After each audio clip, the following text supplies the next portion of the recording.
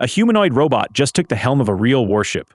No, I'm not joking. This actually happened. And the way it performed? Wild. Let me walk you through exactly what went down. Look at this picture right here. PIBOT, that's the robot's name, just did something that's never been done before in military history, anywhere on Earth. It grabbed the wheel of a South Korean Navy warship and actually steered it. Not in some quiet lab, not on a controlled demo track, on a real ship handling simulator that was specifically designed to mimic actual naval bridge conditions during combat. And it absolutely crushed it. So picture the scene. The officer on watch gives a command. Port 5, steady on 330. PIBOT listens, repeats the command back out loud, exactly like a real trained sailor would do. Turns the helm, and once the ship hits the target heading, it reports back. Steering to 330 complete. Same readback procedure, same workflow, same cadence, same everything a human helmsman would do, just without the human. And get this, PIBOT pulled this off in narrow channels, in heavy weather, at night. 3 of the toughest scenarios any helmsman in the world can ever face. And it nailed every single one of them on its very first major test, straight into the deep end. Now, who actually built this thing? A research team at KAIST, the Korea Advanced Institute of Science and Technology, led by Professor Shim Hyun-chol. The South Korean Navy has been quietly funding this project since 2022, pumping around $3.8 million into development through the country's Defense Acquisition Program Administration. It's been in the works for years before they finally ran the first live combat experiment just last month at the Naval Education and Training Command in Changwon. But here's the part that really blows my mind. PIBOT runs on a large language model. Yeah, the same kind of tech that powers ChatGPT, Claude, and Grok.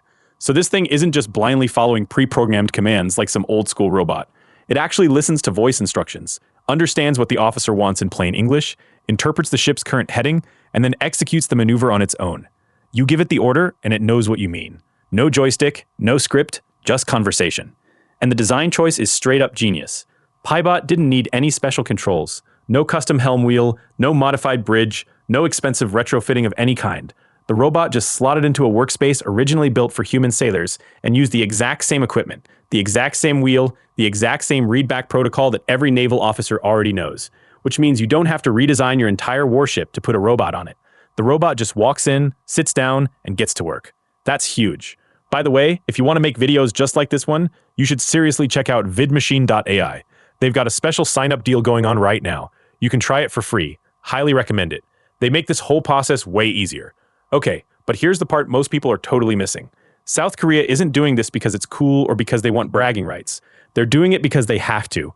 Birth rates have collapsed across the country. The pool of young men eligible for military service is shrinking every single year, and they're sitting right next to one of the most heavily militarized borders on the entire planet. So robots went from luxury to lifeline, and they got there real fast. And PIBOT is just step one. The Navy is already planning to expand robot duties way beyond steering. We're talking damage control teams, lookout posts, logistics runs, even turret operators down the line. The whole program has an official name, Navy Sea Ghost, Manned-Unmanned Teaming, where humans and robots work side by side on the same ship, like actual humans and actual robots sharing the same deck. The Agency for Defense Development is also pushing a separate bipedal military humanoid project on top of this, with a working prototype targeted for 2027. So this isn't a one-off experiment at all. It's a whole pipeline. South Korea is basically betting that robots will fill the gap that demographics are tearing open, and they're not hiding it. But South Korea isn't the only player in this race, not even close. Google DeepMind just dropped Gemini Robotics 2, a brand new AI model that can control an entire humanoid robot from feet to fingertips. We're talking walking, crouching, stretching, grabbing stuff off shelves with 5-fingered hands that can tie trash bags, seal ziplocs, unscrew light bulbs, and the on-device version runs without any internet connection at all, so these things are getting smarter, faster, and more independent every single month. Imagine one of these on every ship. Meanwhile, China is right there in the race too.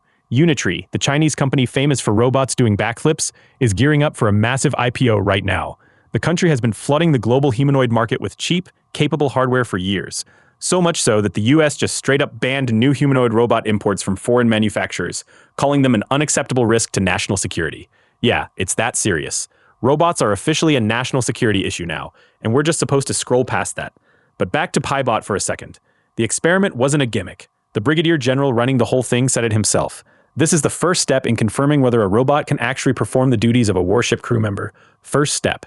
They didn't soft pedal the test either. They threw every brutal scenario they could at it. Narrow waters, heavy seas, pitch black night navigation. The robot didn't flinch once. It just did the job over and over. So now zoom out with me for a second.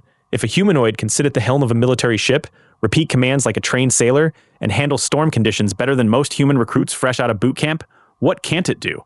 What's actually stopping one of these things from running a factory floor? A warehouse aisle? A hospital ward? A battlefield logistics line? If it can drive a warship through a storm at night, what's it not driving? What's it not doing? And the wildest part of all of this, PIBOT isn't even close to the most advanced humanoid on the planet right now. This is the floor, the bottom rung, the entry-level version of what's coming. And it's already steering warships through real storms. Think about that. So what comes next? Honestly, I don't even think the military fully knows yet. They just proved a robot can do the job. Now it's a matter of how fast they scale it, how fast they deploy it, and how fast every other country on Earth catches up. Because if you think South Korea is the only country watching this experiment and taking notes, you're kidding yourself. Everyone is watching this. China, the US, Russia, Japan, everyone. The robots didn't knock on the door and ask for permission. They showed up, took the helm, and started steering. And while we were all busy arguing online about whether AI would ever take our jobs, the AI was already learning how to drive a battleship. Stay tuned. This is just the beginning. And honestly, I'm not sure we're ready for what's coming next.